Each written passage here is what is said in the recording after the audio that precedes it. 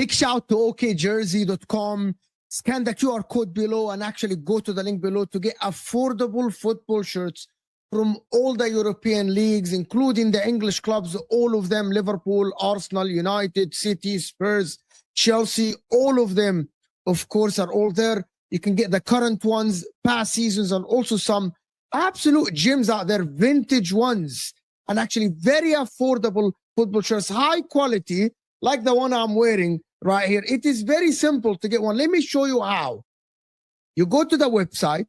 It's very simple. You click on the Premier League, pick the club you want. For me, I pick Newcastle, for example. You go there, you will find all the current ones, training ones as well. You add whatever you want to the cart. Of course, check the sizes, add a patch, add to cart, but also never forget, as it says below, scan the QR code and put the code JUDGE in the checkout to get 8% discount. It's that easy. Just go to the website, check the football shirt you want. You will not regret it. Now, let's get back to our stream. Bismillah ar-Rahman ar-Rahim. Hello, people, and welcome to Fujaj Molak. Forget the code JUDGE now. We got a better code for you. If you want to buy some winter stuff from okjersey.com, there is a new code. It's called MHF15 for 15% discount. It's going to be running for 1 week only. So go and check them out, of course. Me and Hussam did a video yesterday on MHF about the new stuff from OK Jersey, of course, the jackets, the windbreakers, the training kits, everything that is there. So go and check them out. If you are here for the first time, check them out. The code is in front of you. Scan the QR code or go to the website, okjersey.com, of course, and use that code for the 15% discount. Robertson is leaving Liverpool. It looks like he's going to Spurs, and they're going to call Tsimikas. I'm not sure if that is even significant. Van de Ven going the other way. That is what the rumors are going, but it's not now. In the summer, of course. Arsenal are in pole position to sign Julian Álvarez. Does that mean that Arsenal are trying to build a dynasty? Of course, Chelsea are targeting Douglas Luiz, a player that hasn't played regular football for years, but I don't know why they're targeting him. But we got the hero go for Chelsea yesterday at 17 years old. Another school kid, of course, coming to Chelsea, actually to add to the list of the Chelsea. Chelsea play Crystal Palace. We're going to talk about that game. And Manchester United versus Arsenal. We're talking about the Kobbie Mainoo deal. And the game, of course, a Man City against Wolves with Marc Guehi. What do we think is going to happen? Hit that like button, people, if you guys get here early enough. Hit that like button. And how's everyone doing after the last weekend first? Neil, you didn't win against Forest. Mark, you guys won football match. And you all are happy. I know. What's the bigger news there, Mo? What is the bigger news? The big news is Chelsea won a football match. Who did they play? They won before that. They won in the weekend against the mighty Brentford. They were ahead of them. Chelsea overtook them, bro. That's not bad. Mighty. No, that's good, bro. It's good. It's good. And Sal, Michael Carrick, you schooled Man City. Can't complain, huh? Counter-attacking FC. That's what it's going to be from now on until the end of the season. I actually want to start with Kelk and Manchester City, actually. Have you given up? Kelk. I mean, I'll never give up on the team. I'll watch them even if they get relegated. No, have you? Of course. I'll never give up, but I'm not super optimistic about this season. Title, Kelk. Title. Have you given up on the title? The title. I mean, every time I try to give up, Arsenal drop points. So... if we were facing prime Liverpool, they'd be up 20 points already. So every time I try to give up and I give up on my team, Arsenal go and they're like, wait a second, we'll give you a little bit more rope. Here's a little bit more rope. Here's a little bit more rope. So, I mean, I don't think we're going to win it, but I mean, I don't think we're not. Craziest stuff has happened. You're done. You're done. You're done. Because you can talk about Arsenal dropping points and whatever else. That's absolutely fine. If we go a year ago, Liverpool were walking the title. This time last year, Liverpool had one more point than us. You got one less point than what we had last year, but you don't look like you're going to go on a run, Kelk. And that's not me having a pop. It is me just seeing what I'm seeing and saying what I'm seeing. Well, we have gone on a run already. That doesn't mean we can't do it. You've got on a run of like not winning games. That's true. You're on like a 5-game not winning game streak. Yeah, we are. It's a good run. You're Yeah, talking but a big game, I mean- Neil. It's so funny if you did not big win. Game, what big game am I talking? I've You're been talking consistent, like you Mark, already throughout won the this league. season. You're No, talking I'm like not. you already won the league. Yes, you are, because you're already saying to Man City, you're done, you're done. So They that's are pretty done. clear. So They are done. okay. So you're already assuming that you're winners. You know That's what? I'm You know, trying to say. you know It'll be what? joked. I'm going to play devil's I have advocate to here. call it the way The I league see is it. done. The league is done. Mark, I know it's tough living in England, Good living luck in to London. Mo trying to find good content for the next. I 4 know, months. I know, Mark. I know it's hard, bro. I know. Don't you're a try tough it, Mo. man. No, don't. I know even it is try hard, and but let me degrade explain like to you that. why Don't actually even Man try City. it. I actually don't think, and I know that Man City fans think they are in a title race. I don't think there is a title race currently as it stands. There's no Me neither. title race. I'm gonna explain to you why. It's not guaranteed though. Last season, at the same stage, Liverpool were only 5 points ahead of Arsenal, and we all agreed that Liverpool won the title already. We all agreed that, right? We all agreed. This season, currently, it's 7 points ahead of Man City with 16 games left.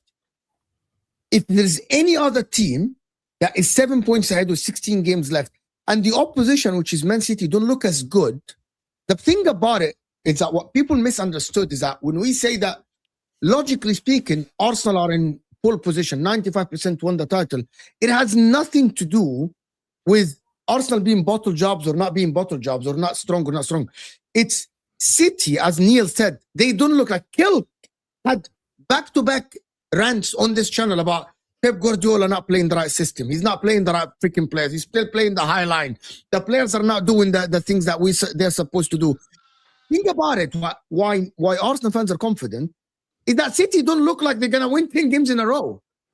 Like Arsenal can still lose points in 5 games and City won't win the title. It's not because Arsenal are great. It's because City aren't great. That's the problem. They're not good.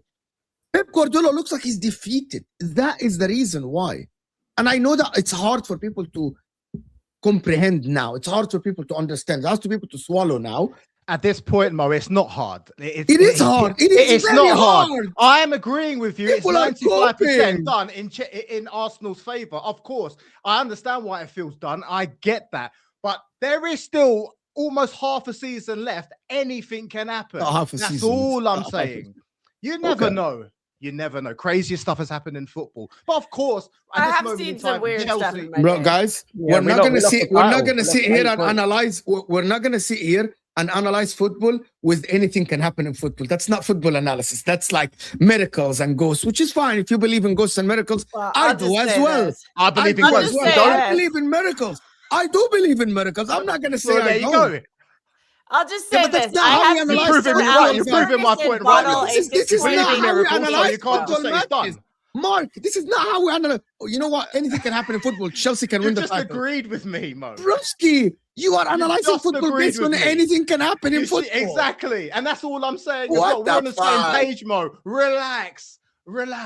What'd you say, Okay. Kelk?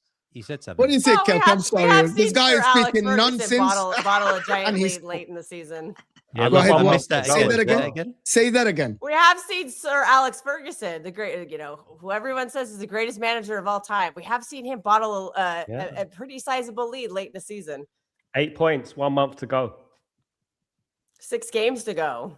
6 You games. cannot analyze football Yeah, based on Mo. the What outliers. you got to say Saying, about that? So We you're cannot telling me analyze there's a We've got to football. call chance? it. So Yeah, you're but telling guys, me there's a there's chance? always You're going to telling be me there's a chance? examples. There's always going to be examples. We've got to analyze what we're seeing in front of us right now, right? We have to analyze what we're seeing in front of us right now, and that is a City side that looks in trouble.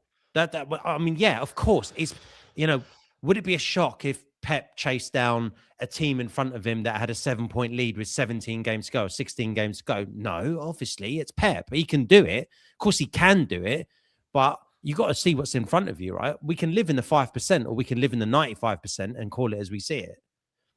I call it as I see it. I've said it to you, Mark, from the start. Have you put your chair out yet for the parade? You got to save your spot early, and you won't be able to see anything. I've gone to a lot of parades in my day. You got to get there early. You got to get Here's there. the thing. Get up the night before. Camp out. Here's what I've said. I think a lot of I think I said this to Mark on our podcast a couple of months back or a month back, whenever it was.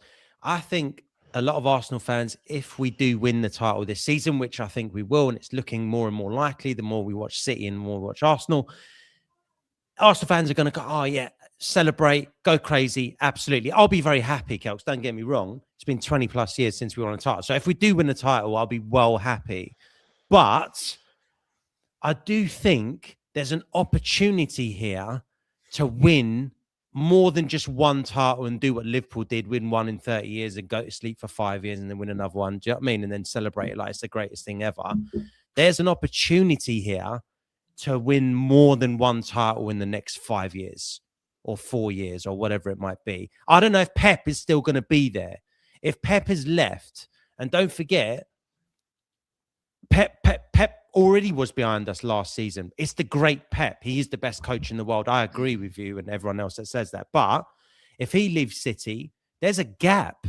Liverpool, we don't know what's going to happen once they sack Slot and they come back, but they're going to come back stronger. Liam Rosenior, come on. There's a door here. If Arsenal can knock it down. Nobody's ever watched Strasbourg. No You're just going to dismiss him that casually. You don't watch who? Liam Rosenior? Yes. I think it's unlikely that he's going to lead Chelsea to a title. Guy's not a scrub. But he's got to lead Chelsea to a title. We're talking about two different things here. It's one thing if he gets them into top 5 next season or this season, but we're talking about title. If Arsenal can knock the door down this season, build up that confidence, I think we can go from strength to strength. I think there's an opportunity to win another title. I'd ask Liverpool fans how they've dealt with retaining a title. But that's my point. I would ask. Well, yeah, you act like you've already going to. You're already talking about They were already at Mecca, weren't they? Liverpool had reached Mecca at that point. Oh, we won our first league title in 35 years. Oh, amazing. Let's celebrate, whatever. And then just fell off a cliff. Their defense was crap of the title. What I'm saying is there's an opportunity. They pushed. Their first title, when they won their first Premier League title ever in their history, first Premier League title, the following season, they fell off a cliff. It was a shit defense. That's a fact. What I'm saying is there's an opportunity here for anyone that does win the title now. Pep goes. Arsenal looks strong. Liverpool, we don't know what's going to happen. Chelsea, we don't know what's going to happen. There's an opportunity for Arsenal to win multiple leagues. I'm sure I'm going to get a lot of flack in the comments, no doubt. But all I'm saying is there's an opportunity here to win multiple leagues. So I'll be celebrating if we do win it. But I'm not going to go crazy, Kelk. I don't need to get my seat out for the parade now. How did their super I want to set my seat out for 18-19 do after they won a title? Hey? How'd they do? So Prime Van Dijk, prime Mo Salah, prime Firmino, prime Mane. How'd they do after they won their first title? I need a Liverpool fan on this panel. Jamie couldn't make it last minute. He had an emergency, and I'm gonna look for a Liverpool fan. But listen to this from Pep Guardiola. The best team right now in the world. So look in Champions League, look in the Premier League, look in FA Cup, in Carabao Cup. So it's the best team right now, and hopefully we can be close and getting better, and give us one chance, to catch them. I don't think he believes what he's saying, to be honest. Winning a double this season should be no problem at all. It's reverse psychology. That's Pep Guardiola. He knows what he's doing. Sal, you were going to play devil's advocate. You guys took it to Arsenal, which is fine. I was speaking to City, but again, they took it to Arsenal. But fine, it's not me. It's all good. Stop putting words in his mouth. He's just acknowledged the reality of the situation. Should Arsenal fans act like they are an inferior position? Good question. Kelk, Mark, that was for you. What was that? What do you mean? What else? When you told Neil you already won it, you already won the title, blah, blah, blah. That is for you. He never said that he won the title. I actually don't think that there is a title race happening currently. I genuinely don't believe that. Look, I agree with you, Mo. I agree 95% of it is done. It looks highly likely. If you're going to put all your money on it, you're going to put money in that Arsenal are going to win the league. I get that. But I'm just trying to bring, the devil on a different shoulder. Anything can happen. You never know. But it looks done, and I agree with you. I don't know what the problem is. That's fine. I'm not putting anything in anyone's stuff. In the 20, we had no center backs from November till the end. That's for Kelk about Liverpool, actually. That is very true. You remember, Kelk, that they didn't have any center back. Didn't have any center back that time. They were having Ozan Kabak and Nat Phillips playing for them.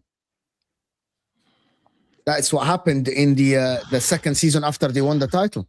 That is what it is. But one more. Yeah. Well, we have no center backs right now, but we don't get to make that excuse. Tell that lady Liverpool lost 3 of their top 4 center backs. They just signed the best that lady is aware. I remember watching Pickford take Van Dijk out. Yes, that lady remembers. Kelk, you saying you've got no centre backs left is literally the rest of the world playing the world's smallest violin for City fans. You spent half a bill and you're going on, oh, we got no centre backs. We're not allowed to say it. You're allowed to say it. You're allowed to say it. But we have one. Yes, we have one for tomorrow. You will cop it. Thank God we have one for tomorrow. You have 2 for tomorrow. You have Guehi tomorrow. Okay. Arsenal bought Mosquera for 11 million. You bought Kuzanov. We're not going to do this, Kelk. Me and you have done this. Kuzanov is a 30 million pound player. Mosquera's 11. Guehi, you bought Guehi. You have 2 center back tomorrow, right? 2 center backs. One of them would start for the majority of the teams in the Premier League. The other one is a 30 million pound player that you bought. You do have a center back. You do have center back pairing tomorrow. Yes, for tomorrow we do. Yes, we did. Yes, you do. So how many games you didn't have center backs? 2 games. 2 games. 2 games, right? Apart from the Champions League. In the league, 2 games you didn't have center backs in the league. And then you went and bought Guehi. And you have Kuzarov. And Ruben Diaz is coming in February, which is in like 15 good days or something like this. I wouldn't count on that. He is coming back in February. So but this is why, Kelk, you can't, it's everyone's going cry me a river, City fans. I'm not asking anyone to cry a river. You just said, but we've got no centre backs and we can't complain about that. What is that? That sounds like well, every other team gets to whine crying about injuries. I'm not allowed to. I generally don't. You are allowed to. You're just going to get ridiculed for it. I think Pep's been tactically naive myself. I think it's Pep. I think he's been tactically naive, leaving Rodri on his own in the midfield and playing a 4-1-4-1 at times. I think it's. I think Pep has a huge part Tuesday it was a 2-1-7. Well. I was like, what is this? Yeah, I've been crying about that. Judge Mo is right. I came on his show and cried about it. I don't get the tactics right now. It's clear Rodri cannot handle it right now at his current stage of fitness. I don't think any DM in their prime could handle that. I don't think Ballon d'Or form Rodri could handle that. I don't think Fernandinho could have handled it. I don't even think Prime N'Golo Kante could handle that kind of a role. And it's him by himself. It's like we're playing 7 men up in the box. There's this massive gap of space, and you're expecting one player who's coming back off of a long-term injury to cover like the entire midfield. And also he has a kid just called up from the championship behind him and a I know it cost 30 million, but the guy I was hearing a couple of months ago, Rodri's coming back, turn of the year, Arsenal fans, you better be scared. You lot were the ones saying Rodri's coming back, and now you're saying Rodri's just one man. Well, these tactics do not suit Rodri right now. And I don't know why Pep is. He needs Gonzalez next to him. I think Pep needs to humble himself. I'm going to say it and realize he doesn't have the players to do the system he wants in his head. I think he's been banking this formation, waiting for Rodri to come back, thinking that he'll just be, Ballon d'Or form Rodri. And the reality is, it takes time to come back, and it takes time to get your match fitness, and it takes time to just get back into it. And he's had several setbacks, so that time to get back keeps resetting. And so I think Pep needs to adjust to the reality of the situation. And like, he could have done something differently in that game in Bodo Glimt. I know there's suspensions, there are players ineligible to play. So certain players that I'm sure he would like to have played in that game, he couldn't play. But I think he could have done better with what he had. Nico O'Reilly doesn't need to be a fullback in that game. Nico O'Reilly went into St. James Park by himself and played a 6. And did very well. So why not park him next to Rodri? Make that a little more like solid in the defense, and then just play like a 2-2-6 or something. Have some legs back there, because what he did just didn't work, and it didn't work against United either. And that's why it really frustrated me that he doubled down on it in 2 games in a row. I get it; it's just Bodo Glimt, but still, that showed that any team can kind of, if they see holes in a midfield, they're going to exploit them. And then they're going to, deke a ball over that one midfielder and run into the space behind. So play a little further back. That was working earlier this season. We were playing further back. We went direct and we won. That's when we went on an unbeaten streak, a very long one. And I don't understand why we've just abandoned that. Can I tell you guys something? This is what happens. And I'm not having a dig at Kelk, right? I'm just going to tell you what happened. In the beginning of the season, it was Rodri's coming back. And then when Rodri came back and they're not winning, it's the injuries. And when they're not winning with the injuries and Rodri's back, it is Pep Guardiola not having the right tactics. It is always a problem with City, and it has been a problem with City. You have been a great month of December, but since Rodri came back, City had not played the same. So maybe Pep Guardiola is not the same guy as before, and he needs a break, and he's about to leave. He's not going to finish at the end of the season. He's not. Is Pep Guardiola not finding the right tactics to suit these players? Probably yes. Probably he can't find the right tactics. And probably Pep Guardiola isn't actually getting the players that he wants at Man City. Some of the players don't suit his system. You said that, Kelk. Sal said that before. And maybe Pep Guardiola, that's his time is done at City. I don't know, right? I don't know. I know that this is reality. People say it's not an excuse, but I'm going to tell you the difference. When Arsenal said last season that we had injuries, and when Liverpool said that we had injuries, and when Chelsea say we had injuries, these are realities as well. And when Man United say we have injuries, it's a reality. But all these clubs, people tell them it's an excuse, but it's a fact. Arsenal had injuries last season. And I'm going to tell you something, guys. The injury list has been actually revealed this season. Arsenal have missed the most games this season from players. They had the third most injuries after Newcastle, if I'm not mistaken, and Fulham, and Fulham, if I'm not mistaken. Tottenham, Man City are behind them. Tottenham, yes, Spurs, yes, sorry. Yeah, so Spurs, Newcastle, and then Arsenal, right? So Arsenal had their injuries this season. They did have injuries this season as well.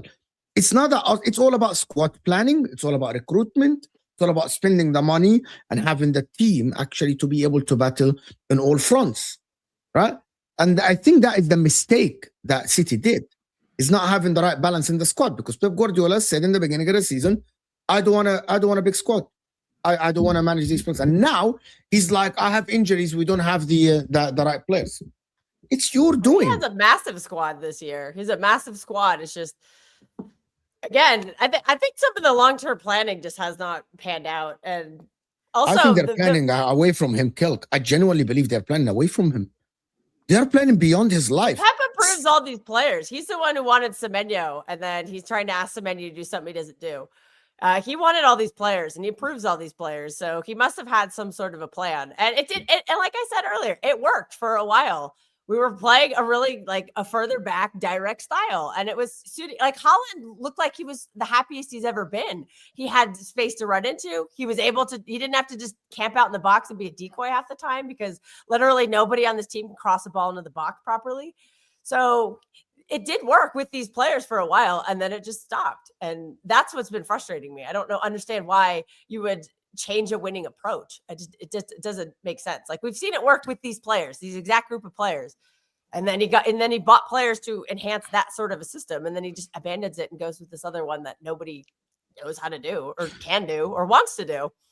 Yeah.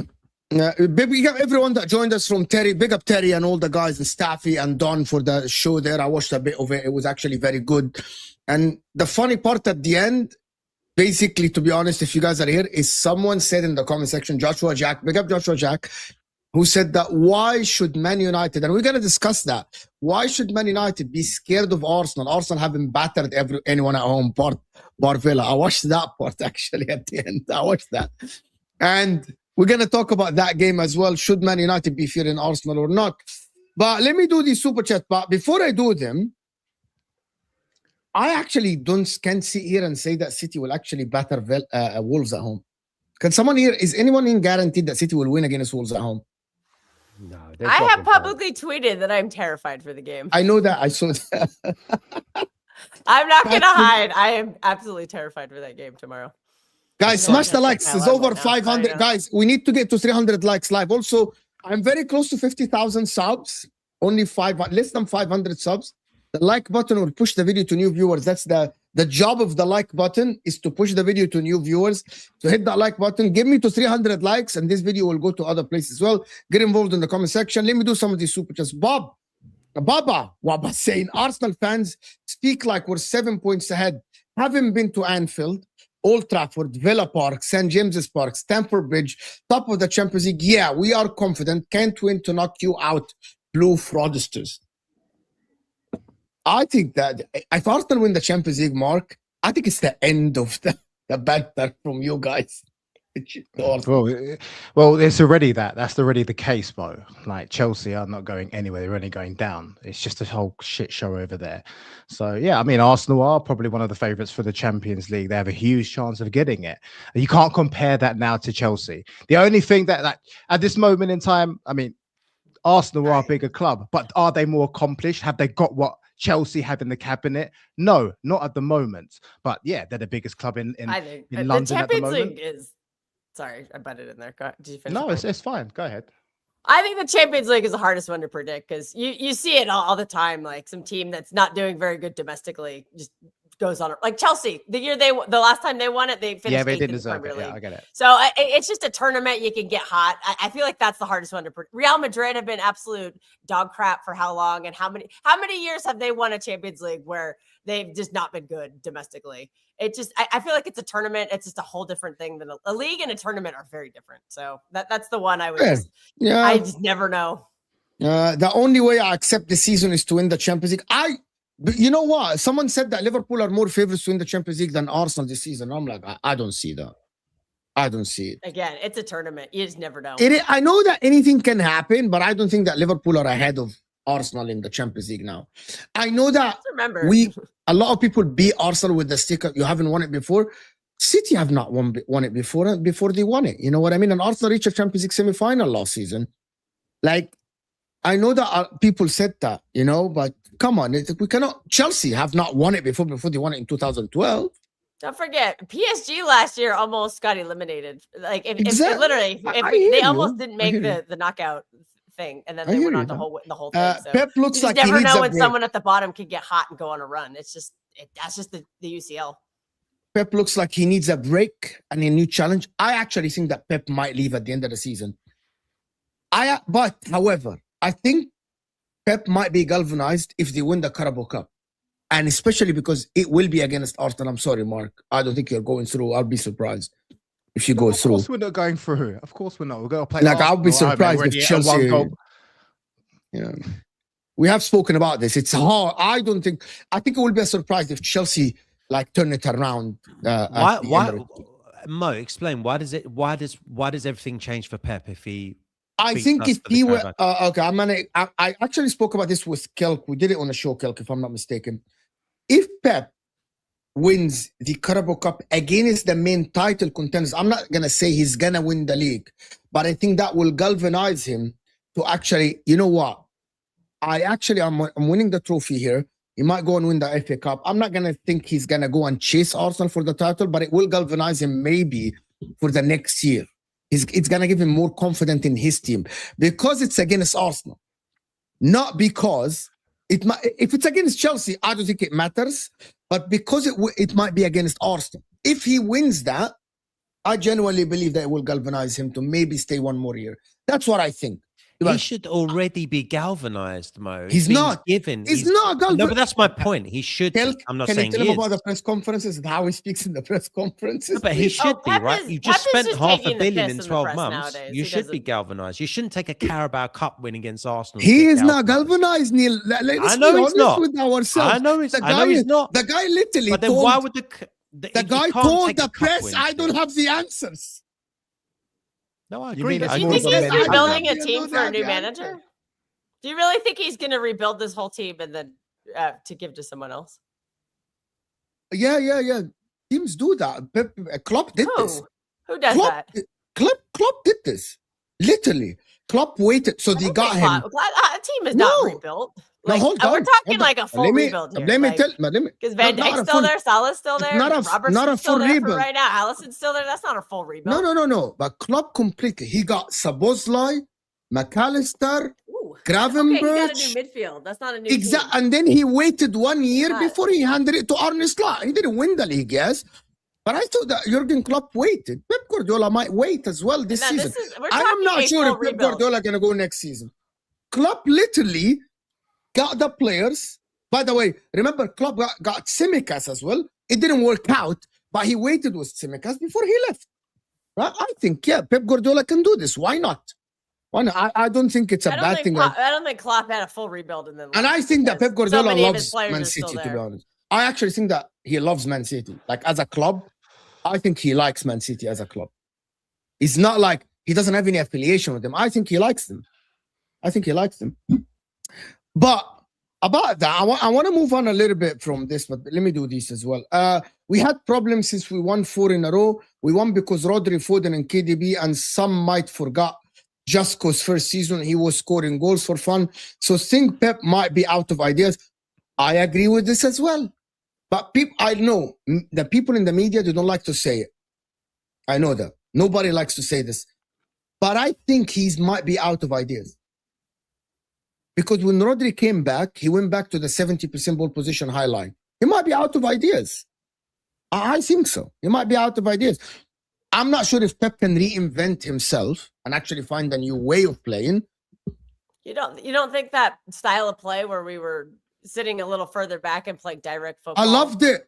I told you I loved it. Was that different? I loved that. Was that different though? It was very different. But then once he got his man, different, and then he just he did this last season too. He'd find a solution and then he just abandoned it.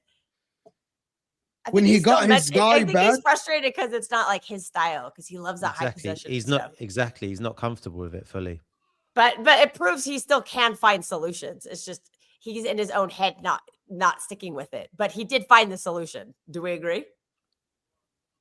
But when Rodri came back, he literally went back to his old self. That's the problem. I believe that Pep did he find a solution, or did he find a coping mechanism for a short period of time? I would say that was a solution. Things. It got the best out of a lot of players. You know, Erling Haaland loves to run. It looked like it should have been the solution. Center backs. He wants to run. I'm going to tell you something. I think Pep Guardiola is one of these managers, Kelk, that he has an ego. He wants to do it his way. I agree with that. Yeah. He wants to do it his way. Interested. I think this team is screaming out for Rodri and Nico G to play together. And so I really wonder if Pep has never played double pivot, right? Never. He's never played double pivot. Maybe that's his next evolution. Who knows? Pep played Gundogan, KDB, and Fernandinho. Maybe. I don't think he has the time to do that, to be honest with you. I agree with Glorious here. I think the problem now is that he doesn't have the same tools.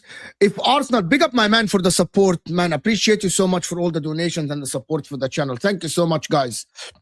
If Arsenal win a treble, now we're getting ahead of ourselves. That achievement alone eclipses Chelsea's entire legacy. No one will care that you have one more. Chelsea fans should be scared. That fan base does not seem to understand how difficult a treble is to win. It's only been done by 2 clubs in the history of England.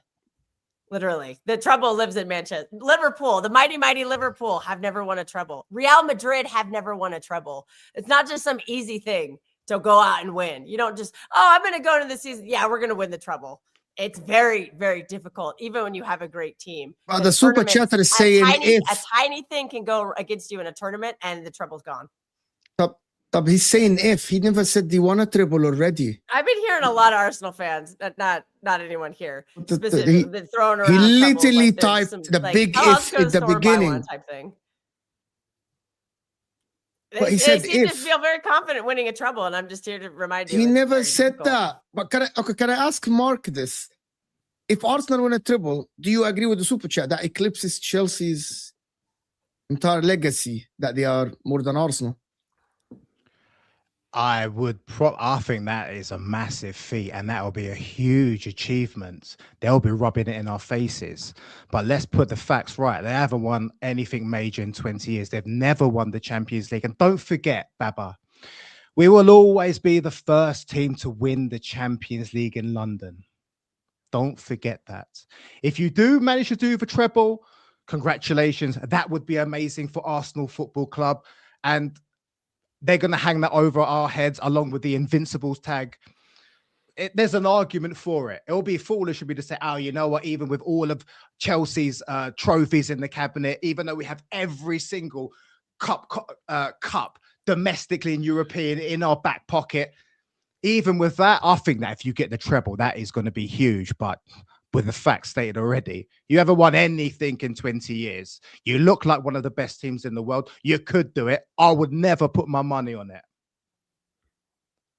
I mean, Neil, would you? Would you, Neil, before I do the super chat, would you put money on a treble? Yeah. Would you? How likely do you think that's going to happen? Didn't Liverpool look like they were going to win a we treble can be the clear quadruple. Yeah. We can be the they clear looked like best they were team. going to win everything last year, and they only won one thing. So let's talk some you sense. Just don't know. It's very hard to predict. You can't exactly. You can't put money on a treble because it's not that little element of luck that you require in a cup competition. You just can't call it, right? Like Man City, we've seen Man City be the best team in the world for seasons before they won the Champions League, before they won the treble.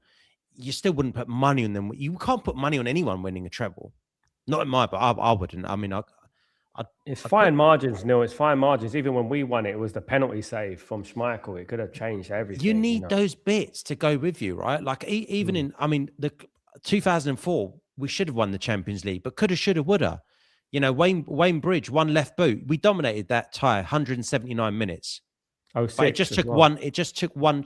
You can't go putting money on a treble because there's just too many, like you say, little moments. Little tiny, yeah, and especially in the cup games, man. Because one mistake in a cup game and you're out. Like, do you think they're so difficult to predict? It's a question for you, Kelk. Do you think that teams just stumble on a treble? They win it by accident? You can tell when the odds are in your favor. I'm saying the odds are obviously we can walk away with nothing. Well, I know from experience you don't stumble into it. You have to be very good, but even when you're very good, little things can go against you. It's a. By the way, which just brings me. I don't want to make this like, but I'm gonna tell you something. If Arsenal. It looks like, and I want everyone to actually, it looks like Arsenal might get Julian Álvarez. It looks like they are trying to get him. Barcelona are offering 2 players plus cash. They don't have the cash. That's where he wants to go. Yeah, but Barcelona don't have the money. He idolized Lionel Messi. He wants to go to Barcelona. But you know what was going on with Barcelona? Yeah, I know. Said they want to. Yeah, they said they want 100 million Atletico cash. Barcelona said we're going to offer 2 players because we don't have the money. We cannot actually take the money. Arsenal have the money, actually. Arsenal have the money. What players are they offering? I know why he left City. Yeah, they didn't actually report. They said Barcelona don't have the fee in the summer. They won't have the fee in the summer to spend 100 million euros for Julian Álvarez, 85 million pounds. That's why I would like to know who those 2 players are, though. That would be really interesting. Yeah, they offer him like Gavi and someone or Fermin Lopez. One of the big boys. Maybe not. Maybe Gavi's not big. I actually think that Fermin Lopez is a very good player. I don't think he's amazing. Fermin Lopez is phenomenal, bro. Like, that's why I was so excited when Chelsea were freaking linked to him, and I thought you're gonna get him, and then you went and got Bonanotti, which is that's true. That's true. But yeah, like I think. Well, when Julian Álvarez left Man City, a big reason was his family didn't like England and they couldn't get visas to stay longer. So, and they're like, he's a big family. Yeah, but London, maybe. Yeah, London. He might like London, though, innit? I don't know. I'm just saying this. Guys, I don't make up the news. Like today, like it's not on all the news outlets are saying that they think Arsenal are in pole position just because his preferred destination don't have the money to pay him. They just don't. So that is why I'm coming up with this news. It's not. I don't make it up. Well, basically. I know he idolized Messi, so I'm sure I would not be surprised if he wanted to stick it out and wait to go to play for the club that Messi played at. Like he idolized that guy. Like every kid in Argentina just absolutely worships Messi. So we'll see. There's a more chance that Julian Álvarez could come to Chelsea as well. There were a lot of reports this week before the reports on Álvarez to Arsenal. So that could also be he doesn't. I don't think he wants to be in England. His family doesn't. Can I tell you one more thing? I think actually Atletico Madrid might actually be reluctant to sell him to Barcelona. Why? They did the same with what's his name? Griezmann. Yeah, they sold Griezmann. That didn't work out at all. Hey, Griezmann went back to Atletico. Joao Felix. Oh yeah, Felix. Yeah. They could happen. Barcelona are in the mix, but they are unlikely to be able to compete with the price that Arsenal will pay. These are the reports. I hope Ops enjoy saying you haven't won anything in 20 years. You have a few months left, so enjoy it. Chelsea and United will see that 20 soon, by the way. No, you won't. No. Chelsea. No, Yeah, he's talking about. You're missing what he's saying. Oh, 20 He's years saying with no Chelsea title. and United won't win the title for We've 20 got 7 years. Well, United are a little closer. United than got 7 we are. years. United, you have 7 years? Yeah, 7 years left. 20, Yeah. It's mad, isn't it? Chelsea, how many years? Yeah, The Chelsea last was 10. what? That was 10 years, what? yeah. 16, 17? Nine. You won it 16, 17, so Okay, 9 yeah, years. 16, At the end of 17, this yeah. will be 9 years. Well, rivals, when it Wow, comes that's to Pep's Arsenal first year in bottling the the league, anything can happen. Rivals, when Arsenal fans say, what if we win the treble? Stop with the ifs. Agreed. Yeah, I like the super chat. Agreed But with that. He's going at you, Mark. He's pointing at you, Mark. Can I ask you guys something? Before we talk about the game, Man United versus Arsenal, what is more likely? Arsenal win the treble or Arsenal bottling the league? Let me actually make it better. No. Let me forget the treble. Arsenal winning the double or Arsenal bottling the Premier League? I'm gonna start with Sal. What's the double though? Champions League and Premier League. Start with Sal. What is more likely? Arsenal win the double. Well, Arsenal win. What's more like? People in the chat, tell me what is more likely. I want to hear from you guys. Arsenal win the double or Arsenal bottling the Premier League? Arsenal win the double. That's more likely to happen. That's more likely to happen than Arsenal bottling in the Premier League, yeah. And then when we say that there is no title race, people say that I'm deluded. No, that's a bold statement, but I don't know if it's that clear cut, is it? And I'm saying that as a gooner, a confident gooner, but is it more likely that Arsenal win the Premier League and the Champions League, or that Arsenal win nothing? It's possibly more likely that Arsenal win nothing, no? Maybe. Yeah, if you're asking me to predict somebody who's going to win a tournament, I'm going to say it's more like I just can't predict anybody to win a tournament. That's just my nature. Like I laid out earlier. If you lay out the odds, so many factors in a Champions League. We've got good odds. Difficult. Yeah, we've got slightly better odds than other teams, but it's still paper thin, isn't it? Guys, I want to move on to the Man United versus the Arsenal game. Guys, can we get the likes up? Appreciate everyone here, guys. We need to get to 300 likes. Also, all the guys' channels in the description. Mark and Neil, just if you guys don't know, they have a channel together. So you can imagine how good that channel is. Genuinely. An Arsenal fan and a Chelsea fan with a channel together. The Frenemies podcast is in the description. You don't need to look elsewhere. Yeah, the Frenemies podcast. Also on Instagram. I think Twitter, TikTok as well. It's out there. So go and check them out. The Frenemies podcast. Straight for post. Famous everywhere, of course, the Man United fan. Sal, how do you feel about the game, though? It's people that have confidence. Saeed is talking about Arsenal midfield maybe better. I'm going to play with the clip while you talk. Let me get the clip. Go ahead, Sal. How are you confident about this? Sal? Oh, I thought you said you're going to play a clip. No, am I confident? To be honest with you, I'm confident Man United can get a result. I'm not confident Man United can win the game.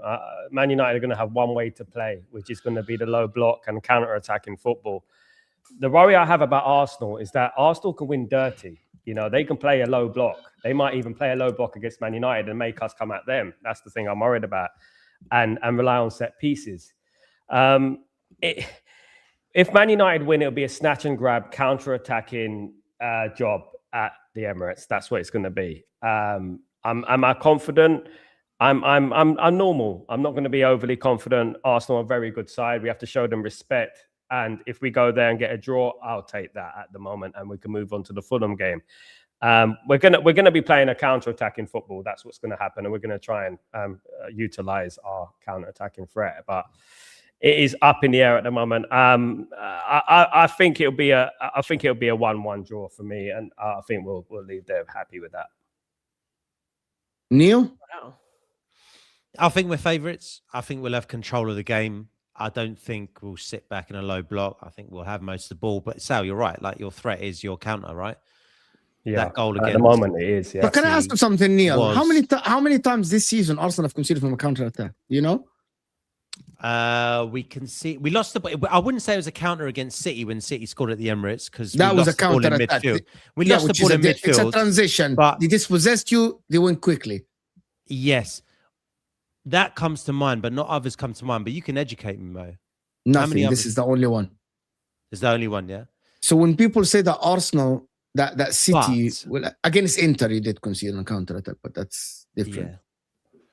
Yeah. But listen, the midfield battle, United counter at that. Yeah. By the way, I think we're favourites. I think we're firm favourites. I'm confident we'll win the game, but that United side can counter at pace, and if we are going to get done, as Sal says, it will be on the counter. I don't know how many sides that would counter quicker than United.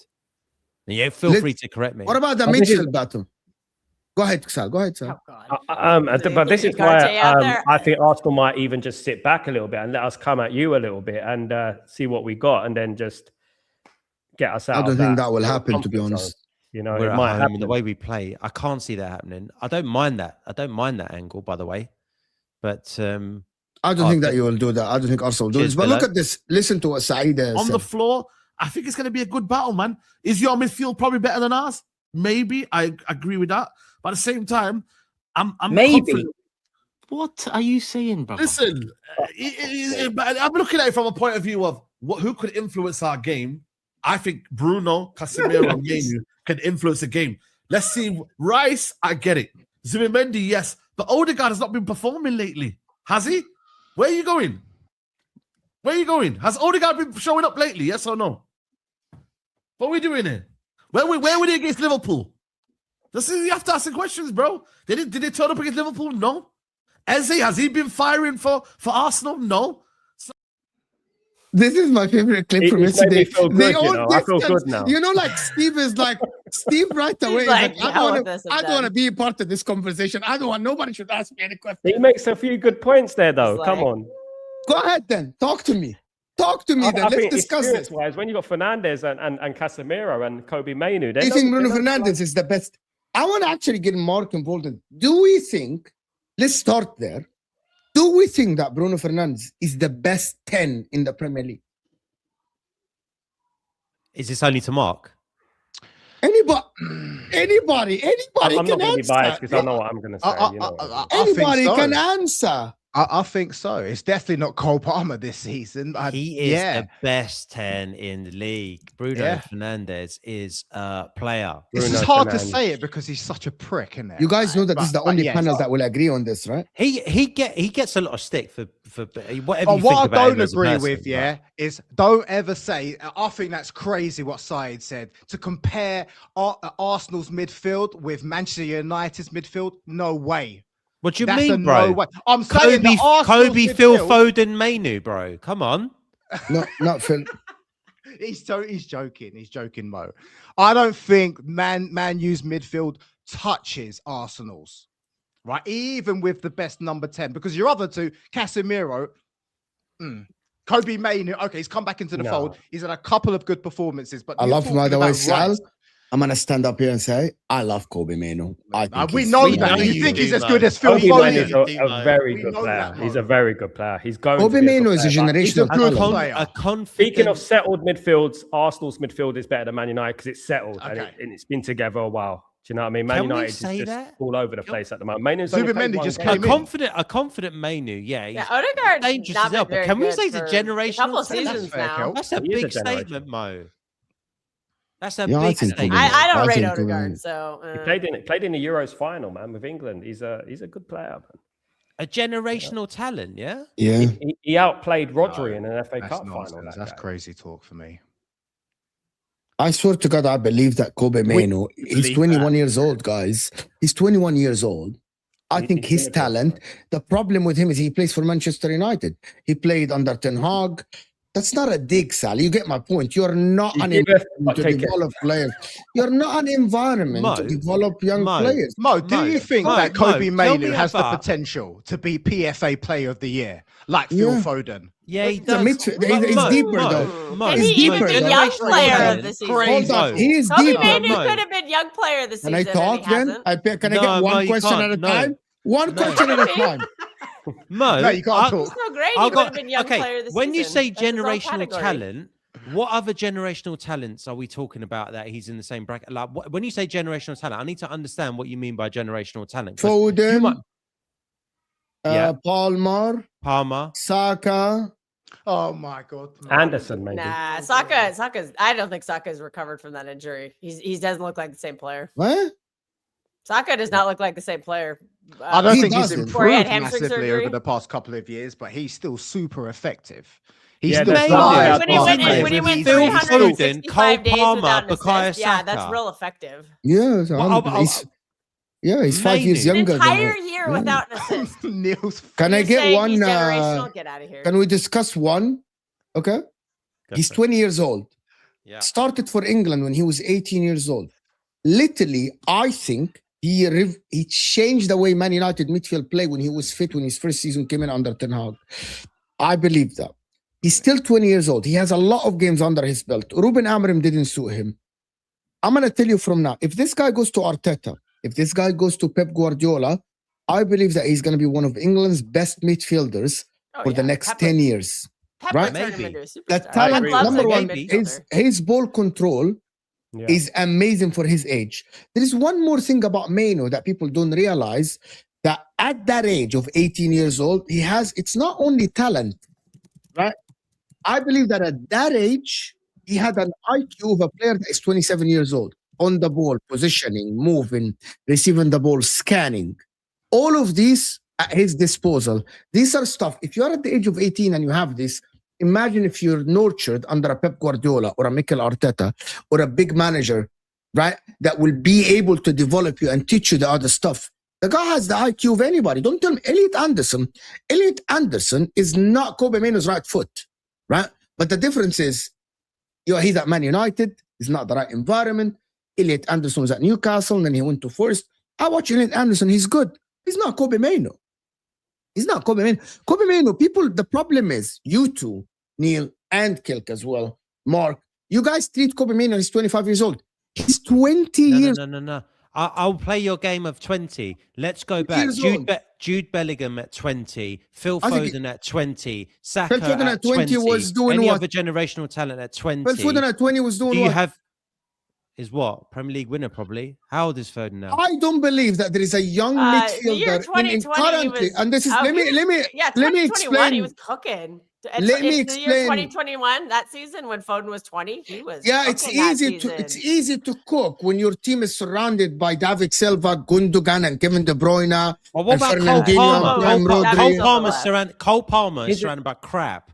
The season Isn't it wrong to paint Cole everyone Palmer has also world-class declined season. massively. We'll He's get had, to he's one. had Paint some everyone major with the same brush, injuries, though. and Isn't that he wrong? went almost Like, a year without a Beckham goal was in at open Preston at play. 20. He also has dropped off a cliff dramatically in the last year. It's been a very underwhelming last calendar year for Cole Palmer. Okay, fine. He had some goals in the Club World Cup, but what did he do in the league? Not much. Was he Mainoo actually around at Madrid Preston? for 3 No, months, was he so at he's still Preston, carrying to be an fair? 20. Was he at Beckham was Preston? Are we moving? Let's skip Bellingham. Hold on. Are we moving to Cole Palmer, or we're talking about Kobbie Mainoo? You're Kobbie saying Mainoo. generational talent, so I'm trying Yeah, to let me compare them all explain at to you what 20. let me explain to you what a generational talent is, and that is respond to Fonzie here. Fonzie, big up. Generational talent are players that come once in a generation. I am sorry, players like Saka, Palmer, and Mainoo are not generational. Let me explain to you. And you know what? I'll say it. Phil So who Foden's is? not a generational player either. So I'm who just is? going to say it. Explain to you So, guys you think I'm why being I biased? think. I'm not. I don't think I don't think Phil Foden is generational. I just disagree with that. I think he is. Can I And just that's fair say enough. what I want to say about Kobbie Mainoo? Let's Can I put just him in say a Real once? Madrid shirt.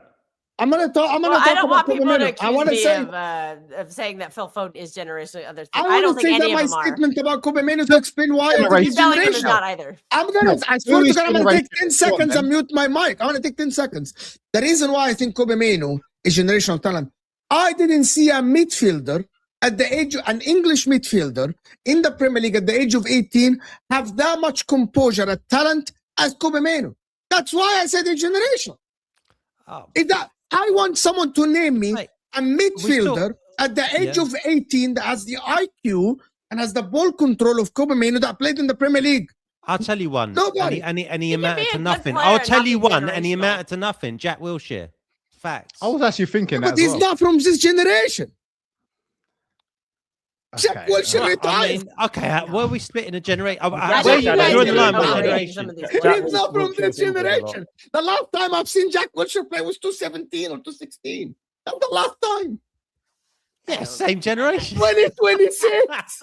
Mainoo's the next Taylor. Kobbie Mainoo is generational. He wouldn't have been riding the bench for the past year. Fabregas. It's Okay, 2005. But Mo, if there's a lack of players right now in this generation, it sounds like you're just you're basically just comparing the last 2 years. Maybe that's your generation. No, the last 3, 4, 5 years. There is no player. You're talking about an English player that hasn't had the composure. This generation of English players over the last 5 years, I didn't see a central midfielder with the same talent as Kobbie Mainoo.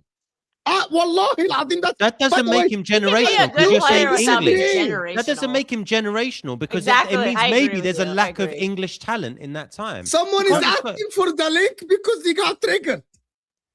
Is it Staffy? No, but I agree with Mo. If he's playing for Man United in a very Staffy, toxic I knew it. If he was playing for Barcelona, right? If he was playing for Real Madrid, if he was playing for Man City, even he would be up there, man. He would be on the bench. He's not playing. He's not getting into that Real Madrid side, is he? He's not. No, he's not benching Camavinga. That's what I'm talking about. He's not benching Federico Valverde. And now I think